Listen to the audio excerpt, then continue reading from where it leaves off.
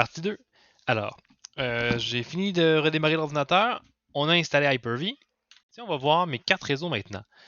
J'ai ma carte réseau qui est juste ici, qui est encore un connecteur Ethernet. Et ici, j'ai une carte réseau qui est une Hyper-V Virtual Internet Adapter. C'est quoi ça exactement? Au tout premier cours, je vous en avais parlé. Oups, je veux un carré comme ça.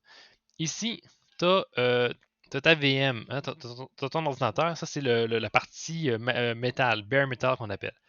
Hein, ça c'est ton ordi. On prend le crayon. Ordi. Et puis, dans ton ordinateur, tu peux installer un truc qu'on appellerait un virtualiseur. OK, on va l'appeler virtualiseur. C'est le fun d'écrire avec la souris. Et le virtualiseur, ce qui permet de faire, c'est d'avoir des machines. Ça, c'est ton ordinateur finalement. Puis dans ton ordi, il permet de rajouter des machines. On va les mettre en orange, les machines. Des machines virtuelles. Et voilà, plein de machines virtuelles. Si tu veux que tes machines virtuelles aient accès à Internet, ça leur prend une carte réseau. Fait qu'une carte réseau, ça va être une belle ellipse comme ça, là, avec du mauve. Ça, c'est ta carte réseau qui est réelle. Ta carte réseau réelle est branchée à Internet avec un fil bleu. Par exemple, tu aurais ça brancher tes ordinateurs virtuels dans tes cartes réseau, tu sais. Comme ça. Malheureusement, c'est impossible. Parce que c'est virtuel. Ta carte réseau, elle est réelle.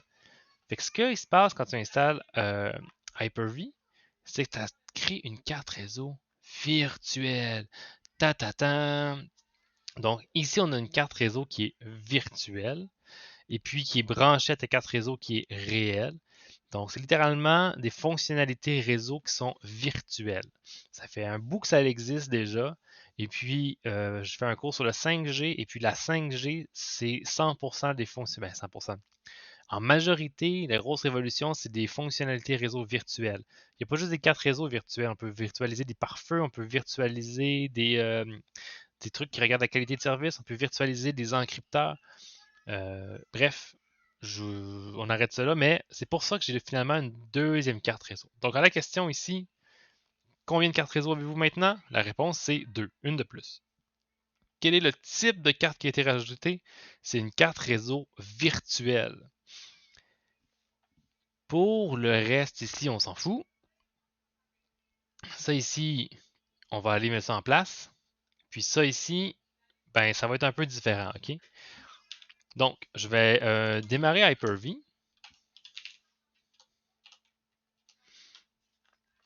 Là, pour ceux qui disent OK, j'ai mes réponses, j'arrête d'écouter, quand même, là. Hein, on fait comme du monde, là. OK, j'ai créé Hyper-V ici. Je peux faire un new. Et puis là, ici, regardez, Hyper-V, comment ça fonctionne? Tu as le Hyper-V Manager, où tu as toutes les fonctionnalités générales d'Hyper-V, et mon ordinateur qui s'appelle Antoine. Et puis, tu venir dans Hyper-V Settings en haut à gauche. En haut à gauche, ça va sortir Hyper-V Settings for Antoine, mon ordinateur. Et puis, on va dire où est-ce que je veux storer mes disques durs virtuels.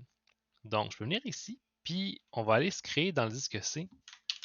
Petite barre en bas, VHDX. Ça, vous pouvez le faire à la maison, là, ceux qui ont un ordinateur qui sont capables de prendre Hyper-V. Faites-le. Et puis, moi, je vais venir ici dans ce PC, disque C. Puis, je vais venir créer disque.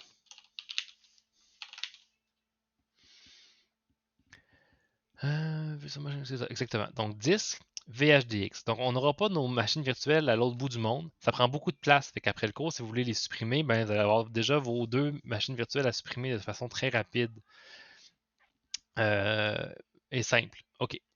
Parfait. Je fais Apply. OK. Si je viens ici, regardez. Virtual Switch Manager. Hey!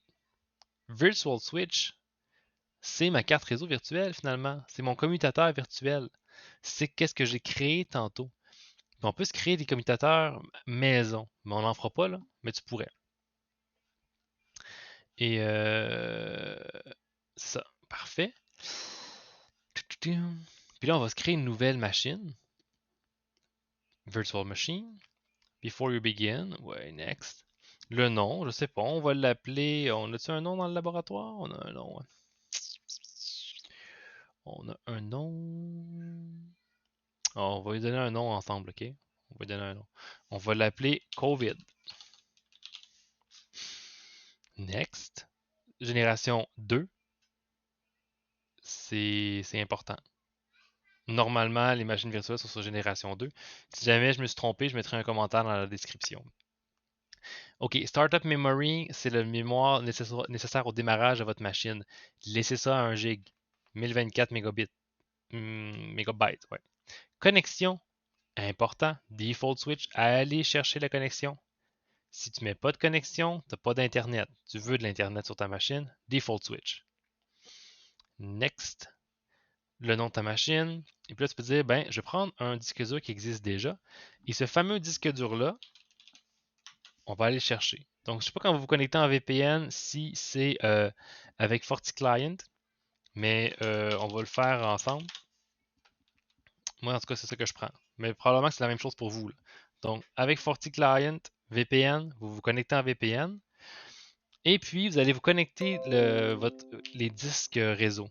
Donc, si je viens dans ça ici, je peux venir dans mon PC, Map Network Drive, et puis là, le Z, c'est le backslash, DFSETU, SFDEPT. C'est ça?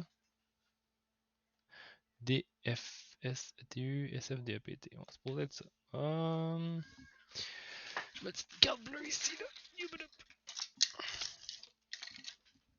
Tiens.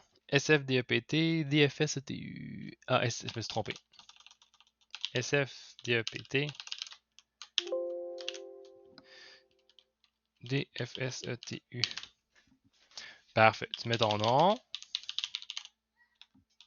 Ah, je pense que c'est Antoine mon nom. Puis là, tiding, tu es connecté. Dans Installation de système d'exploitation, tu vas aller chercher dans Hyper-V, H2020, Gen 2 serveur Windows 2016. C'est huge, ok, un Windows serveur. On va aller un peu couper les coins ronds. On va aller chercher un Windows 10. C'est plus petit, c'est moins lourd, ça prend moins de RAM pour fonctionner.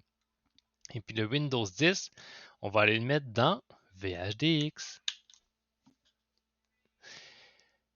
Bon, j'ai vraiment un Internet très très très mauvais à la maison. Ça va prendre des heures de download.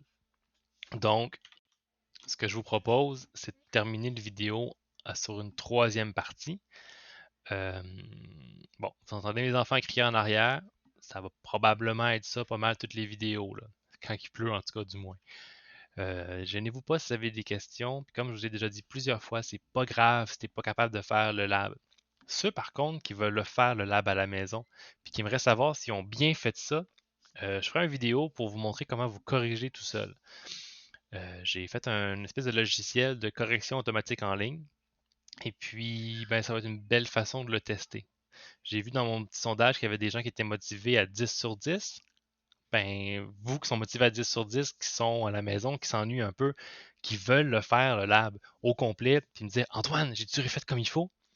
Ben, je vais tester mon logiciel de correction automatique avec vous. Voilà, c'était un long vidéo partie 2. Vous savez qu'il y a un x2 en bas à droite, là, dans la petite gear, là, sur YouTube. Juste, je sais pas, là, quel côté. En tout cas, comprenez un peu le concept. Vous pouvez me mettre sur x2, là, ça me dérange pas. Juste écouter le vidéo au complet. Puis, ben c'est ça. Donc, on fera une partie 3 pour le téléchargement de la machine Hyper-V dans Hyper-V. Donc, on se revoit dans quelques instants pour la partie 3.